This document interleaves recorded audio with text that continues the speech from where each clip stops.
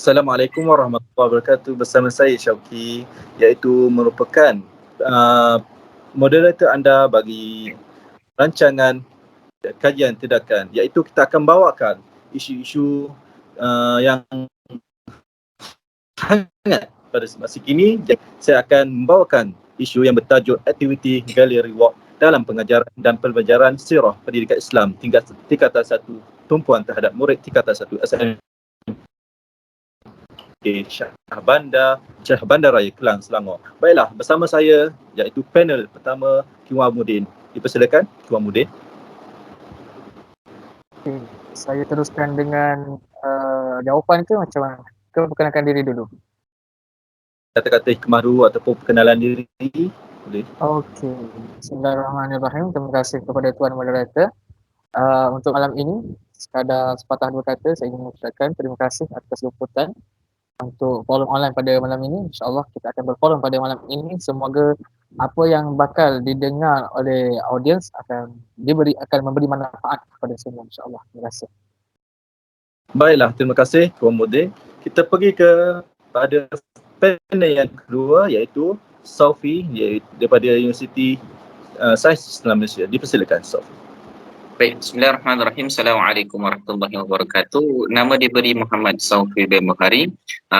Yang pertama-tamanya terima kasih juga kepada moderator dan insyaAllah kita akan berforum secara sihat pada malam ini insyaAllah. Okey, baiklah, terima kasih kepada panel yang kedua. Baiklah, tanpa membuang masa kita teruskan pada soalan yang pertama. Saya tujukan kepada Tuan Muhyiddin, iaitu panel pertama. Soalannya berbunyi, apakah proses kajian tindakan yang mana satu paling banyak membantu anda sebagai kumpulan penyelidik kajian tindakan? Okey, silakan. Okey, baik.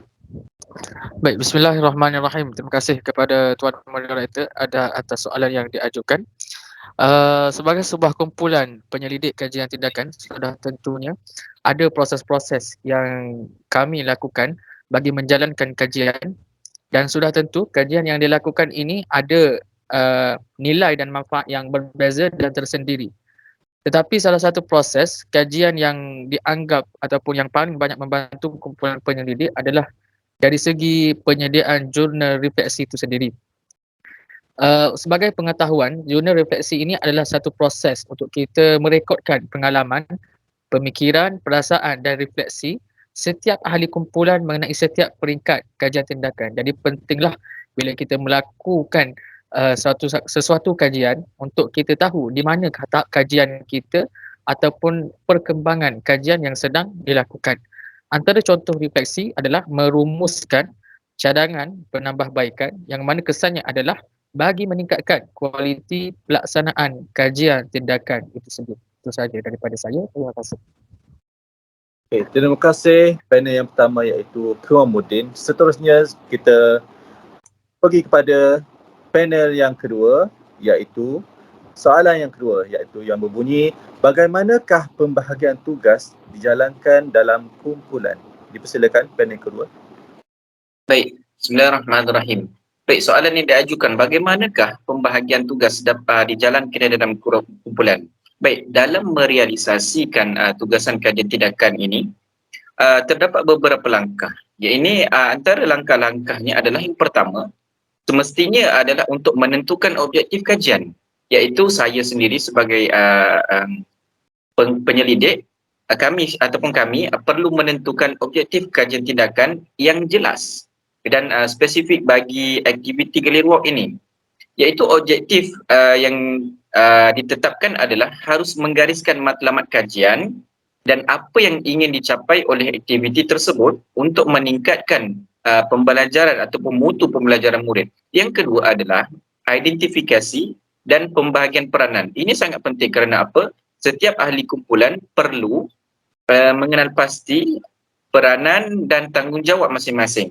Berdasarkan apa? Berdasarkan kekuatan, kebolehan. Sebagai contoh, seseorang ahli kumpulan yang boleh menjadi pemimpin kajian supaya keseluruhan proses dapat berjalan dengan lancar dan baik. Yang ketiga adalah penetapan jadual kerja. Yang seterusnya, semestinya berkomunikasi dengan berkesan sangat membantu di dalam kajian tindakan ini.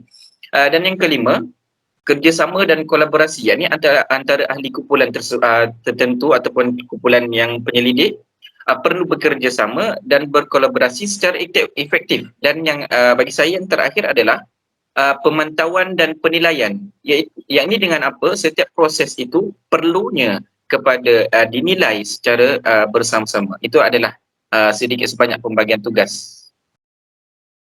Okey, baik. Terima kasih bagi panel yang kedua. Tanpa membuang masa, kita berkenaan dengan Kacak Handsome Kiwamuddin.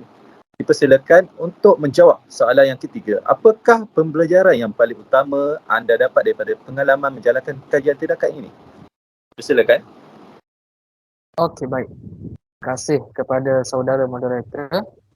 Atas soalan apakah pembelajaran yang paling utama yang boleh didapati daripada menjalankan kajian tindakan. Seperti mana yang telah diterangkan pada awal tadi, kajian tindakan ini ada nilai dan manfaatnya. Jadi sudah tentulah ada manfaat dan nilai-nilai yang kita boleh ambil apabila dilakukan sesuatu kajian tindakan. Antaranya adalah yang pertama, pemahaman mendalam tentang sesuatu isu. Jadi sudah tentulah apabila kita nak melaksanakan sesuatu kajian, sudah tentu kita kena kenal pasti dengan lebih mendalam isu yang hendak dikaji itu terlebih dahulu untuk kita lakukan kajian. Dan yang kedua, kemahiran penyelesaian masalah.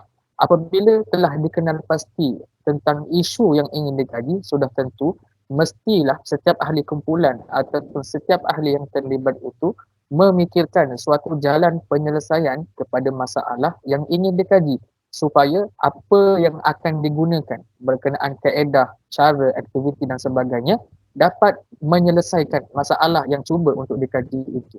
Dan yang terakhir, kreativiti dan inovasi.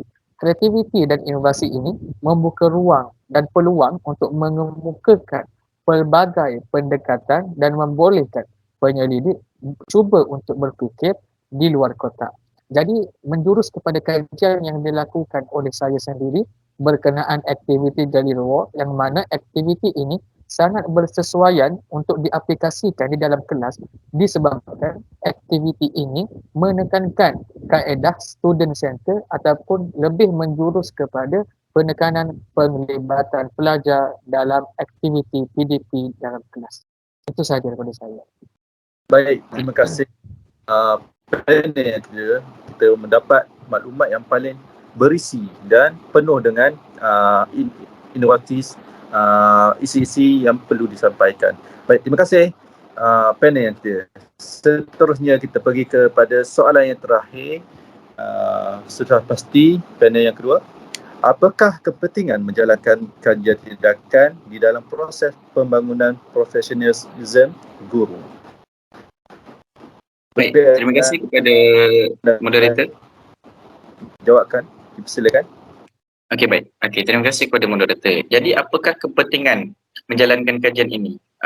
Semestinya sesuatu kajian itu setelah kita melakukan kajian tindakan, adanya kepentingan kepada apa? Kepada guru itu sendiri ataupun kepada murid. Jadi antara kepentingannya yang saya boleh rangkumkan iaitu yang pertama, refleksi diri. Yakni melalui apa? Melalui pengenalan ataupun melalui mengenal pasti kekuatan dan kelemahan dan mencari penambahbaikan. Yakni andai kata aktiviti Galileo itu sebelum ini dilakukan agak kurang berkesan. Jadi kajian tindakan ini mampu untuk menambah baik. Yang kedua adalah peningkatan pengajaran, iaitu dapat menilai impak aktiviti pengajaran terhadap pencapaian pelajar tersebut.